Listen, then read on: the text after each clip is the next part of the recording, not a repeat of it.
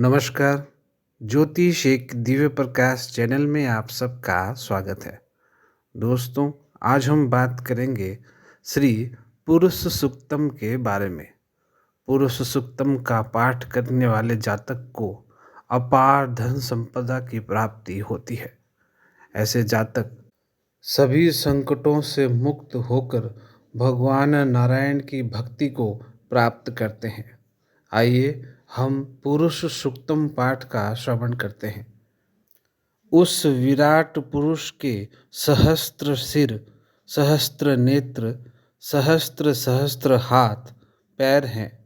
वह समस्त भूमि को सब ओर से व्याप्त करके इस ब्रह्मांड से 10 अंगुल ऊपर, उससे भी परे में विद्यमान है। यह सब जगत पुरुष ही है। भूत, भविष्य और वर्तमान में वही है। वह अमर तत्व का और अन्न से जीवित रहने वाले समस्त जीवों का ईश शासक है। इतना भारी विराट ब्रह्मांड उन परम पुरुष की महिमा है।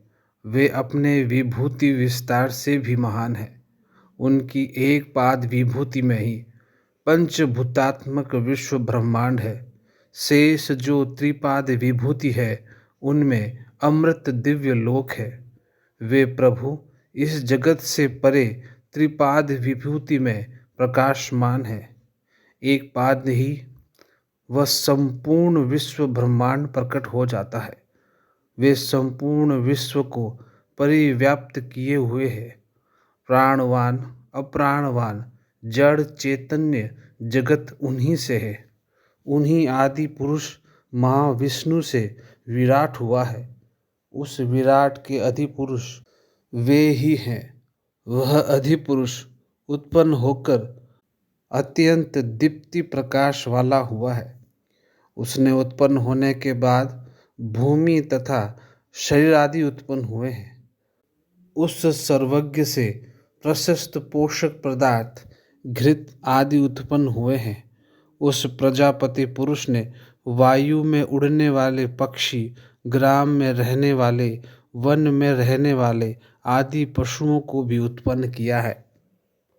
उस सर्वभूत यज्ञ पुरुष से ऋग्वेद तथा सामवेद उत्पन्न हुए हैं। उसी से छंद उत्पन्न हुई है। उसी से यजुर्वेद प्रकट हुआ है। उसी यज्ञ पुरुष के द्वारा घोड़े उत्पन्न हुए हैं, जिनके ऊपर और नीचे दोनों ओर दांत हैं। ऐसे गंधर्व आदि पशु भी उत्पन्न हुए हैं। उसी से गौएं तथा भेड़ बकरियां भी उत्पन्न हुई है। सृष्टि के पूर्व में प्रकट हुए हैं। उस यज्ञ साधन भूत पुरुष को कुशाओं द्वारा प्रोक्षण करके उसी पुरुष के द्वारा देवता, साध्यगण तथा ऋषिगण आदि उस मानस्य यज्ञ का यजन करते हुए हैं। उस प्रजापति विराट पुरुष को नाना रूप से प्रकट करने पर उनकी कितनी प्रकार की कल्पनाएं की।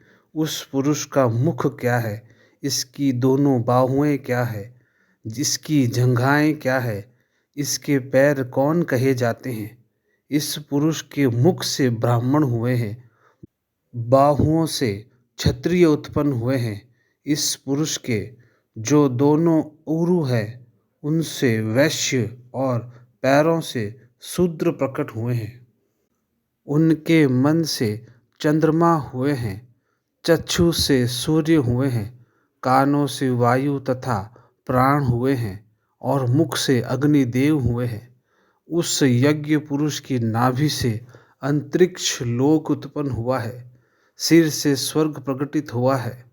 पैरों से पृथ्वी, कानों से दिशाएं उत्पन्न हुई है। इसी प्रकार उस पुरुष में ही यह सब लोग कल्पित हुए हैं। उस पुरुष के शरीर में ही देवताओं ने भविष्य की भावना करके यज्ञ का विस्तार किया है। उस यज्ञ में बसंत ऋतु तो घृत, ग्रीष्म ऋतु ईंधन और शरद ऋतु हवी हुई है।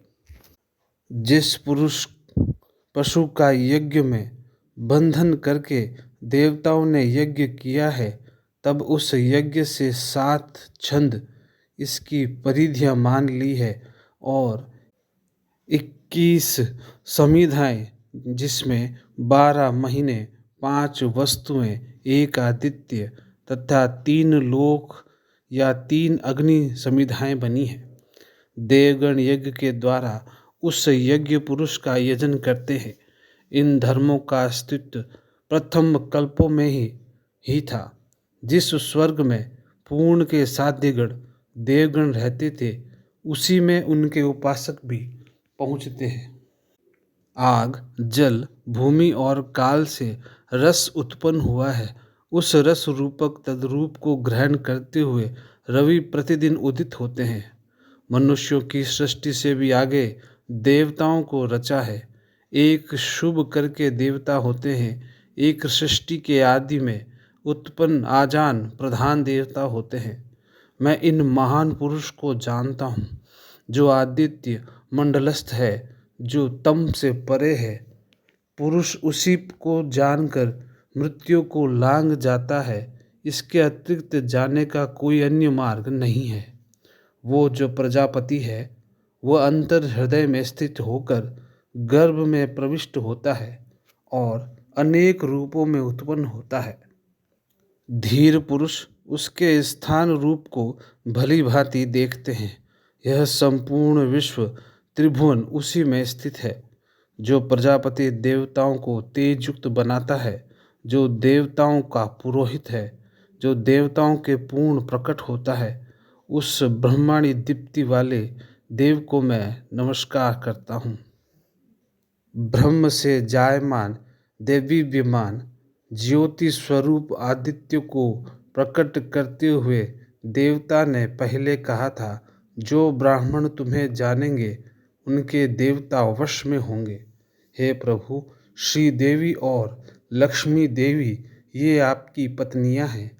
दिन और रात्रि आपके पार्श्व है, नक्षत्र आपके रूप है, पृथ्वी, स्वर्ग और मुख विकास है। हमें आपसे प्यार करते हैं, इसलिए आप हमारा अभ्युदय चाहेंगे। मैं सर्वलोकात्मक हो जाऊं, ऐसी मेरी प्रार्थना है। श्री पुरुष सूक्तम समाप्त।